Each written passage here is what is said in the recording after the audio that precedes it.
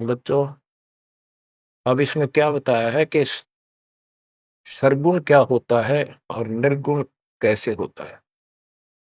एक तो उदाहरण में दिया लोमस ऋषि ने, गरीबदास जी बता रहे हैं कि जैसे शिव की जटा कुंडली में गंगा आई सतलोक से चलकर, वो 6 महीने में वह कुंडली भरी, 6 महीने के बाद भरकर फिर वह ऊपर के चली। तो इसी दौरान भागीरथ ने तप कर रहा था, उसने गंगा को पृथ्वी पर आने की प्रार्थना की। वह तो वैसे भी आनी थी और राज्य कर दिया। लोमस ऋषि प्रसंग विस्तारी सोनो गुरु आदि कथा हमारी। बहुर कया सरगुण प्रसंगा, शिव की जटा रहे जो गंगा। शिव की जटा कुंडली में जैसे गंगा रह थी और तप करके भागीरथ लाए, क्योंकि यहाँ एक ये कथा प्रसिद्ध है कि भागीरथ ने तप किया तो आई।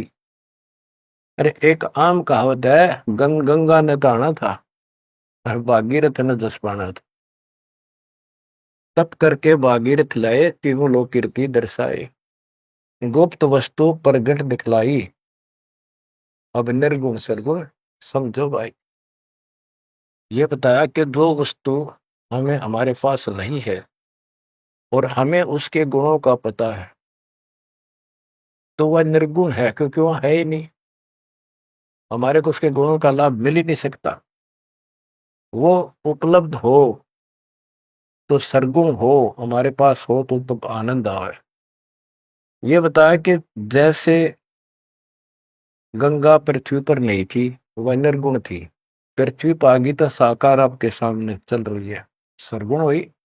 नहाओ दो, बढ़िया ताजा पानी, साफ सुथरा जल है, निर्मल जल पियो, मोक्ष की बात नहीं है। अब ये बताया कि एक तो ये एग्जाम्पल दिया, जैसे पहले गंगा पृथ्वी पर नहीं थी तो निर्गुण थी, अब सामने आ गई, सारे गुण हैं, लाभ मिले। फिर बताते हैं वृक्ष बीज में है सब ठोरा, जब उगे तब दिखे बोरा। अब क्या बता दिया, जैसे गंगा को भागीरथ लाए, गुप्त वस्तु प्रगट दिखलाई, गुप्त थी वह ऊपर और वह सामने आ गई, तो सरगुण होगी।